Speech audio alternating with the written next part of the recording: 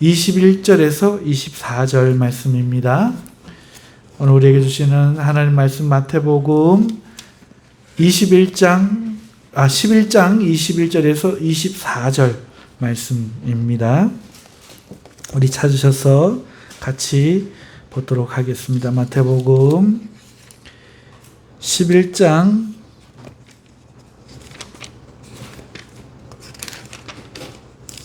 21절부터 우리 같이 보도록 하겠습니다. 같이 읽겠습니다. 화 있을진저 고라시나 화 있을진저 베세다야 너희에게 행한 모든 권능을 두로와 시돈에서 행하였더라면 그들이 벌써 베옷을 입고 제에 앉아 회개하였으리라. 내가 너희에게 이르노니 심판날에 두로와 시돈이 너희보다 견디기 쉬우리라. 가버나움아 내가 하늘에까지 높아지겠느냐 음부에까지 낮아지리라.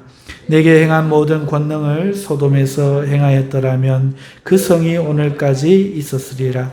내가 너에게 이르노니 심판날에 소돔 땅이 너보다 견디기 쉬우리라 하시니라. 아멘. 오늘 본문 말씀 가지고 나무와 열매가 같으려면 이라는 제목으로 하나님 말씀을 전하겠습니다. 이 말씀 가운데 여러분을 새롭게 하시는 하나님의 은혜가 충만히 임하시기를 주님의 이름으로 축원합니다. 여러분, 이 세상은 인과관계에 의해서 돌아가죠. 그죠? 인과관계, 원인과 결과. 원인이 있으니까 결과가 있는 겁니다. 이것 외에 정상적인 그런 인과관계로 나타나지 않게 뭔가 변수가 끼어들면 그 변수가 또 원인이 되어서 또 다른 결과를 낳게 되죠. 그래서 과학자들은 이 세상을 인과의 세상이라 철학자들과 함께 동일하게 고백합니다. 여러분, 원인과 결과가 같으면 얼마나 좋을까요? 우린 다 인과관계라고 하는데 때때로 원인과 결과가 같지 않아요. 여러분, 행위를 하면 열매를 거두어야 되죠. 어떤 일을 하면 결과가 있어야 되죠. 그게 열매입니다. 이 행위와 열매가 같다면 얼마나 좋을까요? 무슨 말인가 싶을 겁니다. 여러분, 우리가 당연하게 생각하지만 안 당연한 것들이 있는데요. 콩을 심으면 뭐가 나죠? 콩이 나죠. 팥을 심으면 뭐가 납니까? 팥이 납니다. 이거를 인과관계라 그러죠. 콩을 심었으니 콩 나누지. 콩 심었는데 팥 나면 그걸 인과관계라고 합니까? 이건 우리가 당연하게 생각하지요. 하지만 정말 이거 당연한 거 맞습니까? 정말 당연한 거 맞습니까? 여러분, 이것은 절대 바뀌지 않을 법칙 같지만 그것을 우리가 정하는 게 아닙니다.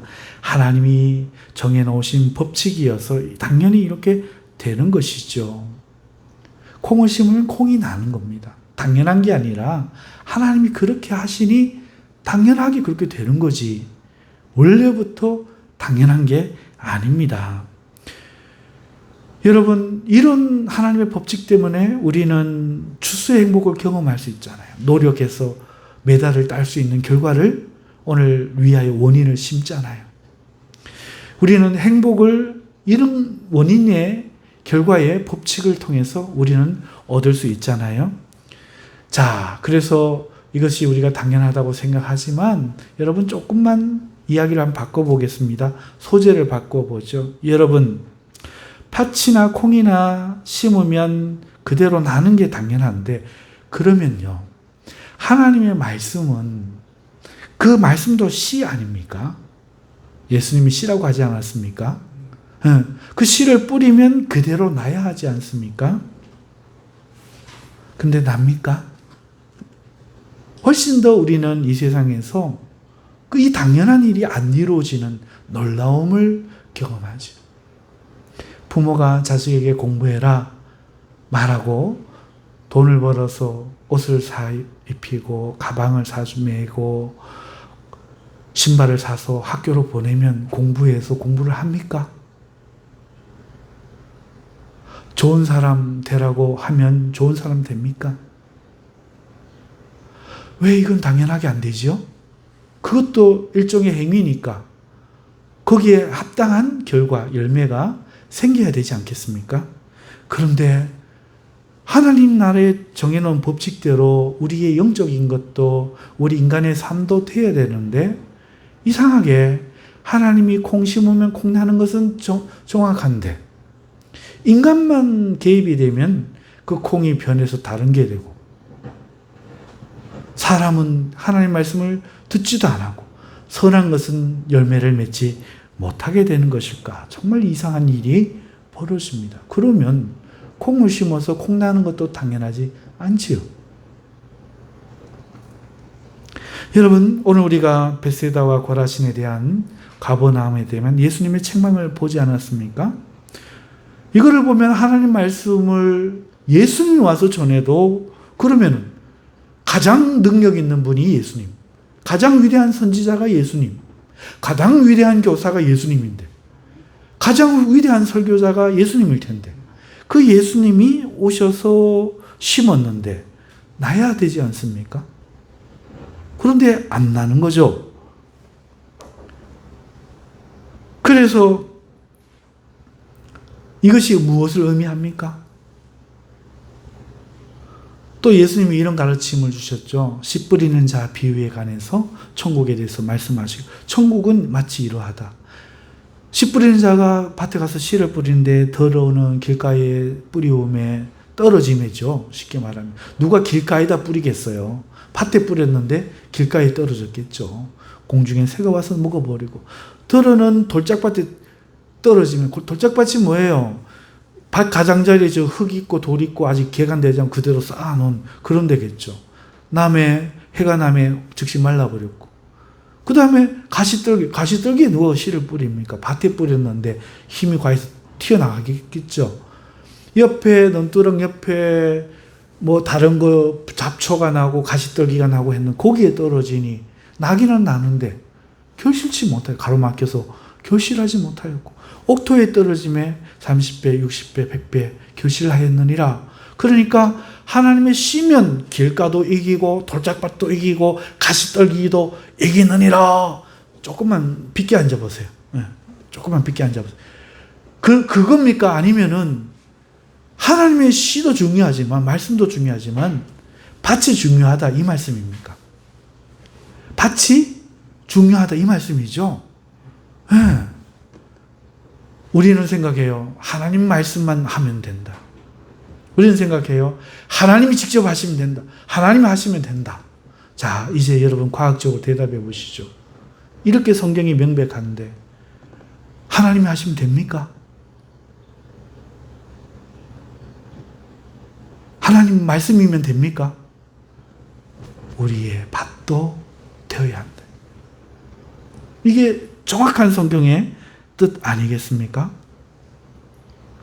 우리가 하나님의 진리의 말씀을 전하여서 사람들이 믿고 생명을 얻고 기쁘게 살기를 얼마나 바랍니까? 설교자인 저도 부족하지만 그거 하나 바라보고 설교하지 않습니까? 하지만 예수님의 말씀에 의하면 오늘 우리가 현실에서 늘 경험하는 것처럼 상반된 반응들이 있는 것 분명합니다. 은혜 받을 자는 받고 못 받을 자는 못 받더라는 거죠. 믿고 주를 따르는 이들이 있는가 하면 저주하실 만큼 믿지 않는 자들이 있다는 겁니다. 원인이 같은데 결과가 달라요. 예수님이라는 원인이 같은데 하나님 말씀이라는 원인이 같은데 결과가 다르게 나타나는 거죠. 전도하는 행위가 같은데 열매가 다르지 않습니까? 이 분명한 사실, 이 가르침 앞에서 중요한 것은 무엇입니까? 하나님 말씀입니까? 아니면 받는 사람입니까? 하나님 말씀도 중요하다. 맞죠? 하지만 뭐도 중요하다? 받는 사람도 중요하다. 이걸 분명히 이야기하니 하나님도 이야기해야 되지만 우리가 뭐도 이야기해야 됩니까? 사람도 이야기해야 되죠. 자, 여러분 이렇게 생각해 봅시다. 여러분 오늘 이 금요 기도에 예수님이 오셔서 설교하신다. 이렇게 한번 생각을 해 봅시다. 예수님이 진짜로 오신다. 한번 상상해 봅시다. 여러분 마음이 어때요? 기분이 어떻습니까? 우리 담임 목사님이 늘 보던 목사님이 서는 거랑 다르지 않겠습니까? 예수님이 어떻게 생기셨을지, 그 목소리는 어떨지, 또 우리에게 무엇을 말씀하실지 궁금하고 기대되지 않습니까? 처음 보는 거잖아요. 얼마나 예수님이 오신다 하면 기대되겠습니까? 떨리겠습니까? 또 예수님께서 설교 후에 어쩌면 우리들 질병을 다 치료해 주실지도 모르죠. 네. 그러므로 오늘 예수님이 우리에게 오셔서 직접 설교하신다면 우리 모두 어떤 기대감, 그런 것들이 있을 겁니다. 대단히 즐거운 시간이 되고 은혜의 시간이 될 줄 믿습니다. 그렇겠죠? 자, 설교가 끝났습니다. 그리고 기도도 해주시고 인사도 했습니다. 그리고 예수님이 말씀하죠. 오는 주일에 다시 만나자. 그때도 내가 설교하마. 이렇게 하고 헤어집니다. 여러분들은 집에 돌아가죠. 여러분 그때 마음 어떠세요? 돌아가시면서 신나는 분들이 있겠죠. 야, 오늘 내 예수님 만났다. 그리고 이번 주 주일날 예수님이 오셔서 설교하신단다. 우리 교회는 예수님이 설교한다. 자랑하고픈 마음이 있을 겁니다. 다음 주일 기다려질까요? 안 기다려질까요? 금요기도에 마치고 토요일이 빨리 갔으면 좋겠다 싶을까요? 안 싶을까요? 그렇겠죠? 안 그러면 좀 문제가 있는 거죠. 자, 그래서 주일 예배에 참석했습니다. 평상시는 그냥 대충 왔는데 옷도 새로 사 입었습니다. 신발도 새로 사고, 금요일은 몰라서 그랬는데 오늘은 주일이니 머리도 이발도 하고 헌금도 봉투를 준비해서 집어넣었습니다. 새 옷을 입고 와서 앉아서 기대 만땅을 해서 예배를 드렸는데 아닌 게 아니라 예수님에게 직접 듣는다 생각하니 잠도 하나도 안 오고 얼마나 신이 나는지 잘 들었습니다. 아멘, 아멘. 예배를 잘 드렸지요. 예배를 마쳤습니다. 세상에 주님과 악수도 하고 밥을 같이 먹으면서 교제도 합니다. 너무너무 꿈만 같지요. 또 주님이 우리에게 물어도 봐주십니다. 응? 이름이 뭐냐, 몇 학년이나 아시겠지만 물어주고 관심을 가지십니다. 여러분, 자, 그리고 이제 시간이 되어서 그렇게 계속 있을 수 없어서 수요일을 기약하고 또 헤어집니다. 여러분 마음 어떻습니까? 그리고 다음 주 수요일이 되었습니다. 주일 지나고 수요일이 되었습니다. 오늘 왔더니 예수님이 또 먼저 와 계시는데 주님이 좀 이제는 익숙합니다. 그리고 이제 처음에 그런 긴장보다는 조금 마음이 편해지고 또 반가운 마음도 있지요. 예수님도 오늘 우리를 맞아주시고 안부를 물으시고 또 문제가 있으면 기도해 주십니다. 그렇게 우리는 예수님과 함께 예배를 드리기 시작하는데 시간이 흘러서 한 달, 두 달 가더니 1년, 2년 흘러가서 3년이 되었습니다. 자, 3년이 지난 어느 금요기도에 여러분이 교회에 올 때 여러분은 어떨까요? 두 부류가 있지 싶습니다. 첫째, 여전히 주님이 좋고 매번 만나는 것이 기쁘고 그리고 말씀이 잘하 신앙이 좋아 나도 목사가 되겠다. 어딘가에 파송받아 선교사를 가겠다. 이렇게 신앙이 자라나 있는 분도 계실 거고요. 둘째, 처음에는 좋았는데 한 3년 흐르니 주님이 하시는 말씀에 여전히 부응하지 못하는 나. 먹고 사는 삶이 늘 그대로이기 때문에 예수님 만났을 뿐이지 회사에 가고 예수님 그걸 바꿔주시면 몰라도 공부해야 하고 그러니 주님이 목회하실 때도 이제는 그런가 보다 조금 무덤덤해진 나. 이런 두 부류가 있겠죠. 여러분은 스스로 생각하실 때 어떤 유형일 것 같습니까? 상상이 가시나요? 나는 막 믿음이 자라가 막 대단해져 있을 거야 하시는 분도 있겠고 가만히 생각해 보니까 나는 안 그럴 것 같은데 한 3년쯤 지나면 예수님도 또 자꾸 틀렸다고 이거 고쳐라고 하시는 그것도 마음이 부담스럽고 오히려 더 부담스러워질 것 같은데 차라리 목사님은 내가 간밤에 뭔 짓을 해도 모르긴 하지 뻔히 다 보고 다 알고 있으면 야, 이거 나는 괴로울 것 같은데.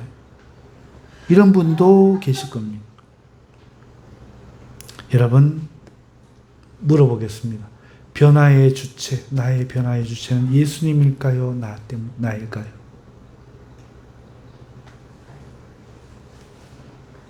바로 그겁니다. 내가 한 변하면 아무 소용이 없어요. 내 마음이 갈아엎어져서 발치되지 않으면 아무 소용이 없다는 거죠. 예수님이 와도 안 돼요. 엘리야가 와도 안 돼요. 모세가 와도 안 돼요. 11장 11절, 오늘 21절부터 읽었죠? 오늘 11장 1절을 보시면은 예수님의 행적이 나타납니다. 예수께서 12제자에게 명하기를 마치시고 이에 그들의 여러 동네에서 가르치시며 전도하시려고 거기를 떠나가시니라. 예수님의 행적 그리고 그 원인이 드러나 있잖아요. 여러 동네에서 전도하려고, 여러 동네를 다니며 전도하려고 지금 출발합니다. 가르치려고 지금 출발합니다. 그런데 2절부터 15절까지 가르치는 이야기가 아니라 다른 이야기, 엉뚱한 이야기가 낑겨 있습니다. 그 이야기가 뭔가 하니까 세례 요한 이야기예요.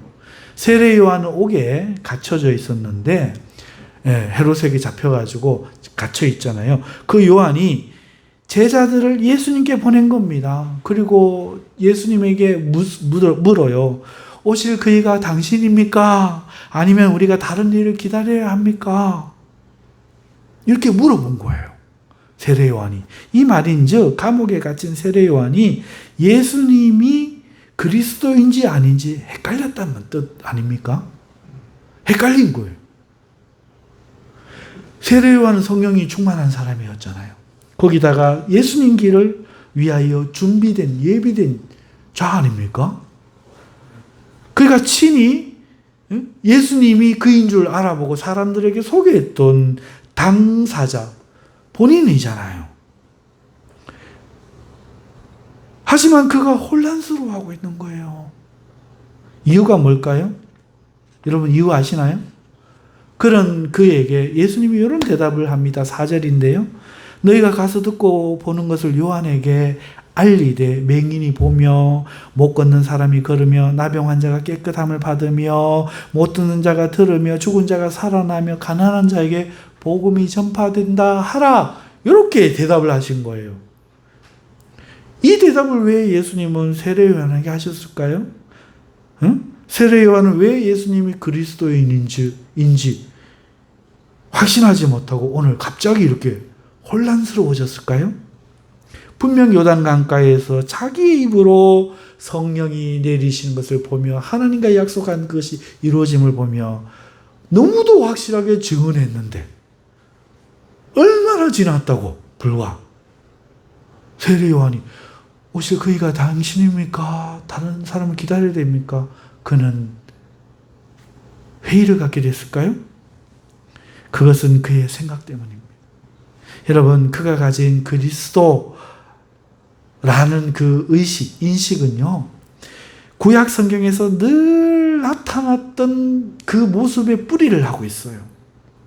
그러니까 여러분 구약 성경 읽어보셨죠? 모세, 또 누가 있어요?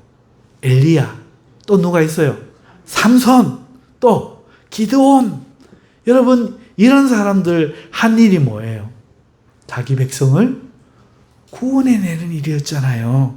그래서 여러분 이방에게 침략을 당해서 고통을 겪을 때면 늘 나타나서 자기 민족을 하나님을 대신해 구원해내던 선지자나 사사 같은 이 모습을 그리스도가 구원자라는 뜻이거든요.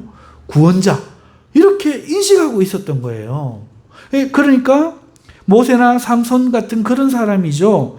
압제에서 이방의 압제에서 구원해내는 이런 것이 구원자라고 이스라엘 사람들도 그렇고 세례 요한도 그렇고 이 생각이 꽉 박혀 있는 거죠. 이거 틀린 생각인가요? 맞는 생각이죠, 그죠? 사실 바탕으로 한 생각이잖아요. 세례 요한도 이스라엘 사람이니까 동일하게 생각했던 겁니다. 그랬더니 그리스도인지 아닌지 헷갈리는 거예요. 왜? 나라 구할 생각은 안 하고 이 동네 저 동네 다니면서 하나님 복음 전파하고 가르치겠다니 얼마나 가짜겠어요. 응? 여러분, 목사님이 뭘 해야 됩니까? 목사님에게 기대하는 모습 있잖아요. 점잖하고 친절하고 인자하고 다정해야 되는데 목사님이 까르르 웃고 방정 맞고 음식이나 하고 놀러가기나 좋아하면은 저분 목사님 맞아? 이러고 신뢰가 안 갈 거 아니에요. 여러분 이해 가시죠? 지금 이스라엘 백성들에게 구원자란 그런 모습인데 예수님은 이런 모습이니 이 그리스도라고 증언했던 그 당사자조차 지금 흔들리는 겁니다.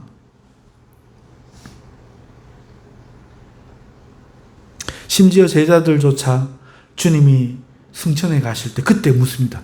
못했던 말, 주님, 죄 나라를 구원하시는 것이 이때니까 이렇게 묻는 거예요. 아직도 못 버린 거죠. 구원자라는 이 나라를 구원하는 사람. 그것이 그들이 가진 구원의 개념이었어요. 그런데 주님이 하신 대답은 무엇이었습니까? 이건 무슨 뜻일까요?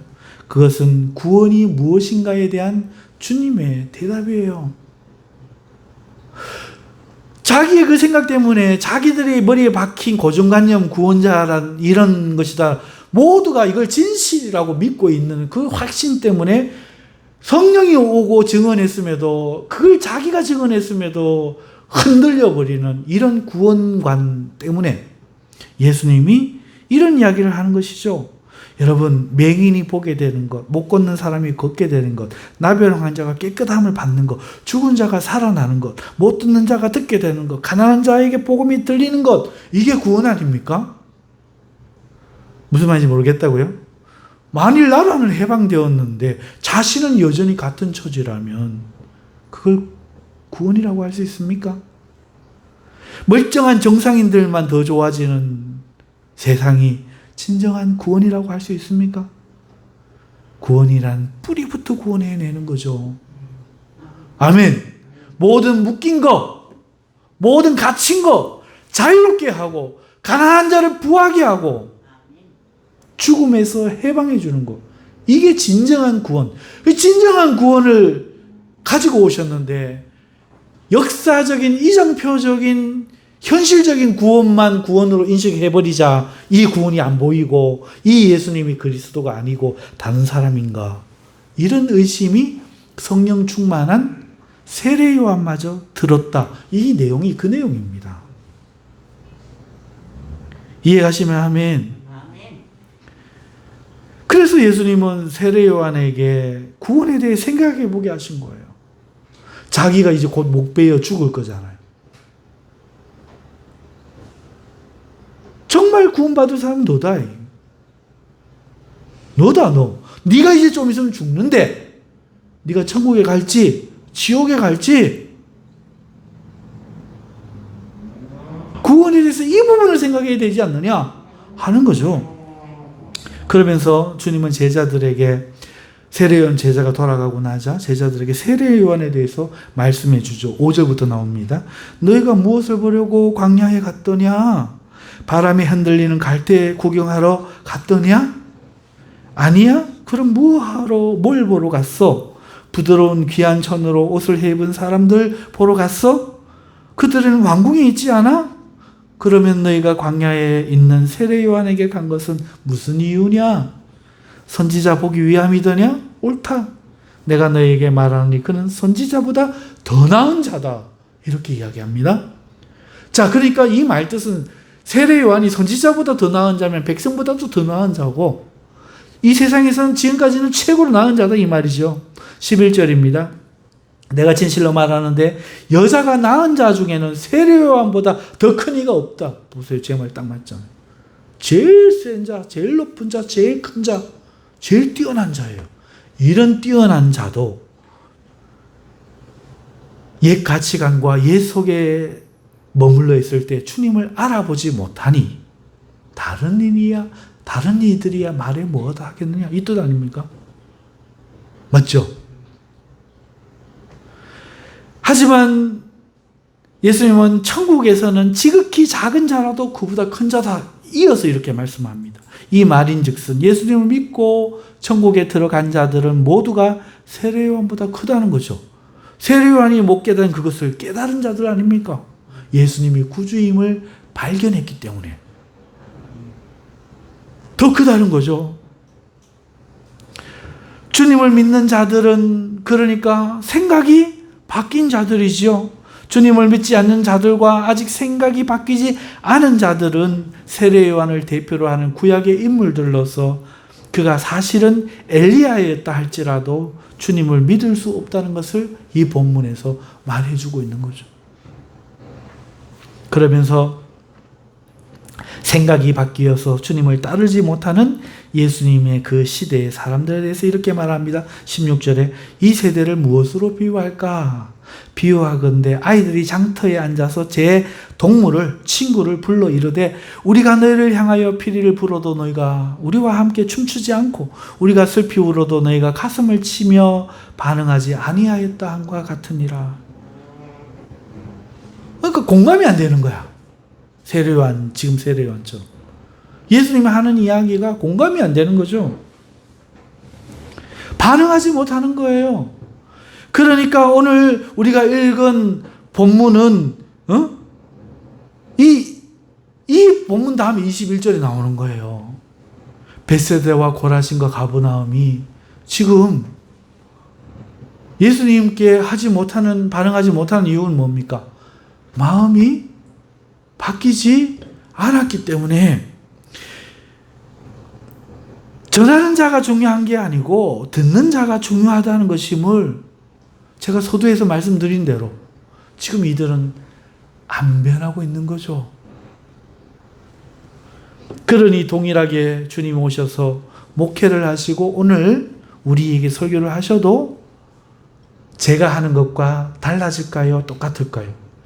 우리 생각에 그건 당연히 달라져. 어떻게 같을 수가 있겠습니까? 싶지만 이 뜻대로라면은 주님이 오셔서 설교를 한다고 해도 은혜 받을 사람은 더 받겠지.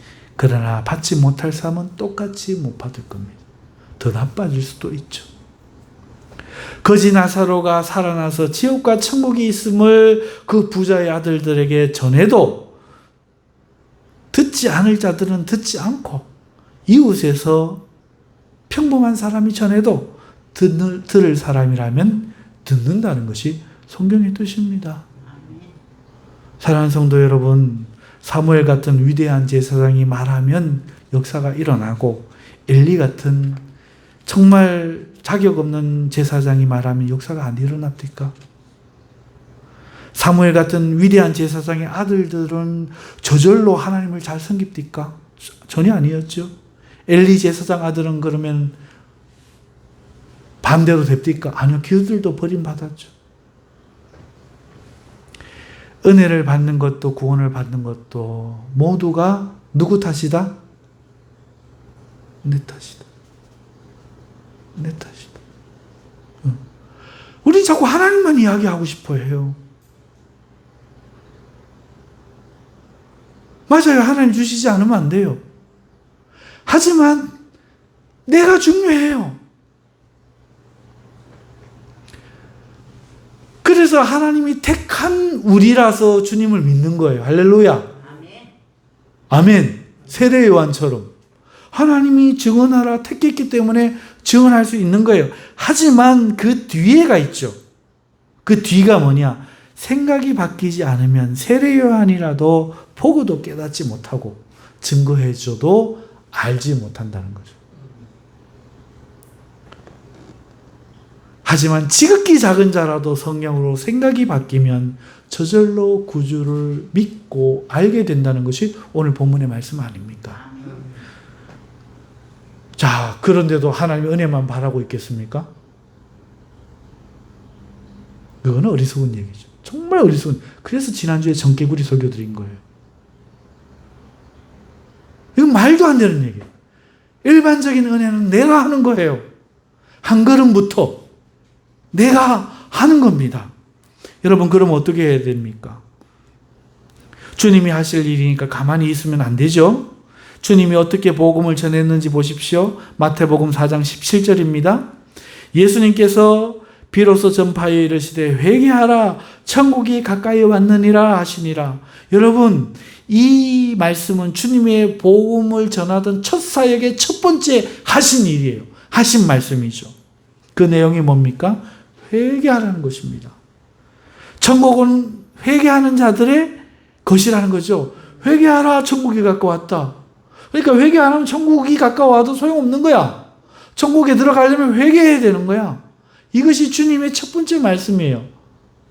여러분, 우리가 회개라고 하면 대부분 두 가지를 생각해요. 첫째, 율법에 금지한 그 죄를 지어서 그 죄를 아이고 잘못했습니다 회개하는 거.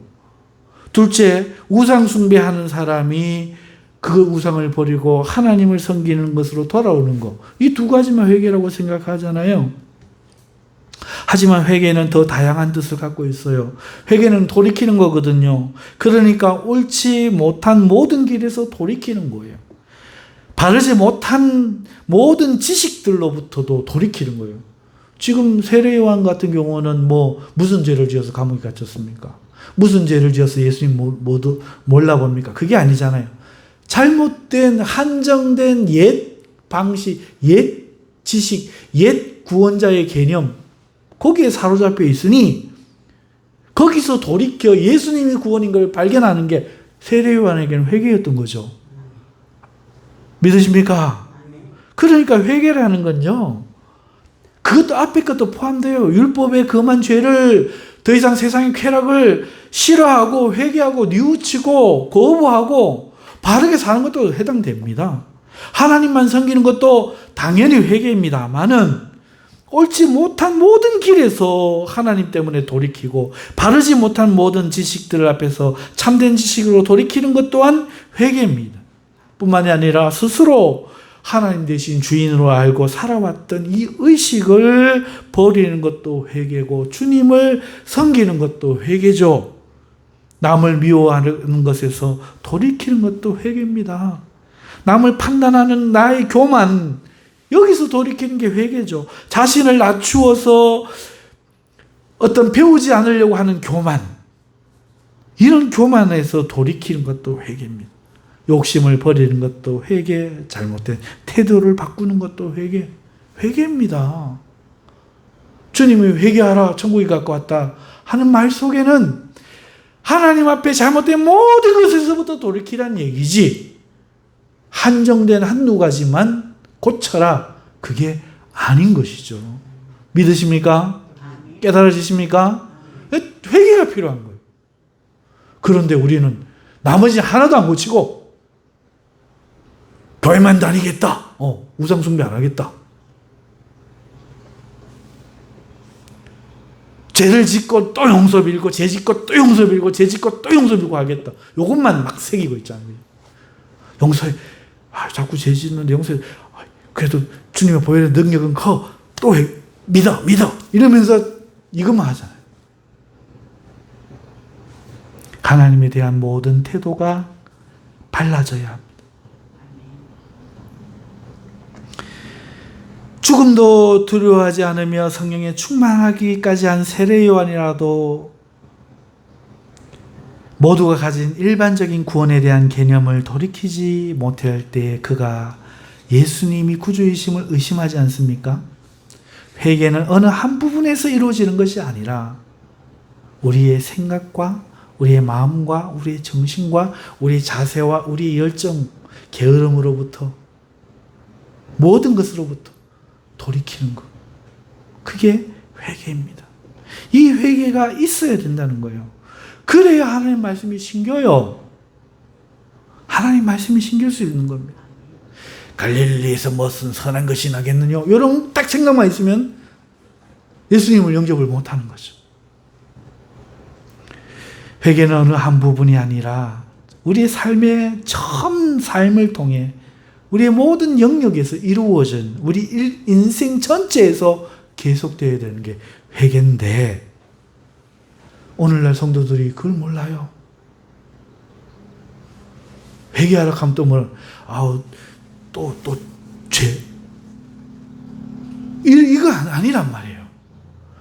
부모님을 공경하지 못하는 죄, 친구를 사랑하지 못하는 죄, 사람을 의심하는 죄, 위선으로 대하는 죄, 모든 게 죄예요. 바르지 못한 모든 게 죄입니다. 하나님 앞에 바르게 예배하지 않는 죄, 모든 걸 회개해야 돼요. 기도하지 않는 것도 회개해야 돼요. 왜 기도에 쉬는 죄를 범하면서 회개해야 된다 생각 안 합니까? 쉬지 말고 기도하라고 말씀하시잖아요. 그만큼 기도는 우리의 삶이 되고 우리의 호흡이 돼야 돼요. 호흡처럼 날마다 매 순간에 하는 거란 말이에요. 이걸 회개해야 되죠. 하나님을 잊고 사는 거, 하나님을 사랑하지 않는 거 회개해야죠. 자기를 뭔가 대단한 게 여기는 교만한 것도 회개하고, 남을 깔보는 것도 회개하고, 무정한 것을 회개하고, 하나님보다 세상 것을 더 기뻐하는 이 행위도, 이 마음도 회개하고, 자신을 십자가 앞에 굴복시키지 못하는 이런 자기에도 회개하고, 안목의 정욕, 육신의 정욕, 이생의 자랑에 이끌려가는 이것도 회개하고, 이런 마음들을 십자가에 못 박아야 하는 거죠. 신앙이란 이런 회개의 싸움입니다. 그래야 말씀이 심겨지죠. 길가 딱딱해서 듣지도 못하는 마음, 돌짝밭 그냥 흙만 슥득 펴 있어. 그 속에는 여전히 생짜배기, 의지가 약해서 기쁨으로 말씀을 받지만 삶에 염려나 환란이 오면 그만 가로막혀서 결실하지 못하게 돼요. 이걸 다 회개해야 돼요. 할렐루야. 믿는다는 것, 그것은 매일매일 자신을 회개하는 것입니다. 오늘 우리 하나님 앞에 서면서 여러분들 어떤 생각하십니까? 좋은 나무가 좋은 열매를 맺는다면 그 말을 생각하면서 거짓 선지자는 되지 말아야지 이렇게 생각하십니까? 아니, 회개한 사람이 천국의 열매를 맺는 겁니다. 그러므로 나무와 열매가 같으려면 우리는 회개해야 돼요. 회개를 날마다 생각해야 돼요. 그거는 예수님 처음 믿을 때만 기도하는 게 아니에요. 내가 남모르는 죄를 지었을 때만 하나님 용서해 주옵소서 하는 게 회개가 아니에요. 오늘 나의 모든 잘못된 것들을 늘 회개하며 성령으로 지적받으며 깨달을 때 예수님이 와서 목회하실 때 그 즐거움이 배가 되고 영원하지. 회개되지 않은 사람은 오늘 우리 삶에서 나를 몽둥이 들고 공부하라고, 그렇게 살지 말라고 야단치는 그 부모님을 대항하듯이 예수님도 대항해버리는 거예요. 그래서 예수님 죽여버리잖아요. 회개한 자들은 다 천국 가는 거고요. 사랑하는 성도 여러분, 이래도 회개가 그냥 그런 겁니까? 얼마나 중요하고 믿음의 본질인지 몰라요. 믿음은 회개와 함께 역사하는 겁니다. 바르지 못한 모든 것들에서부터, 바르지 못한 모든 지식과 자기 고집과 아집, 거기서부터 회개하시는 기도의 시간 되실 수 있기를 주님의 이름으로 축원합니다. 우리 주여 외치고 다 함께 기도하십시다.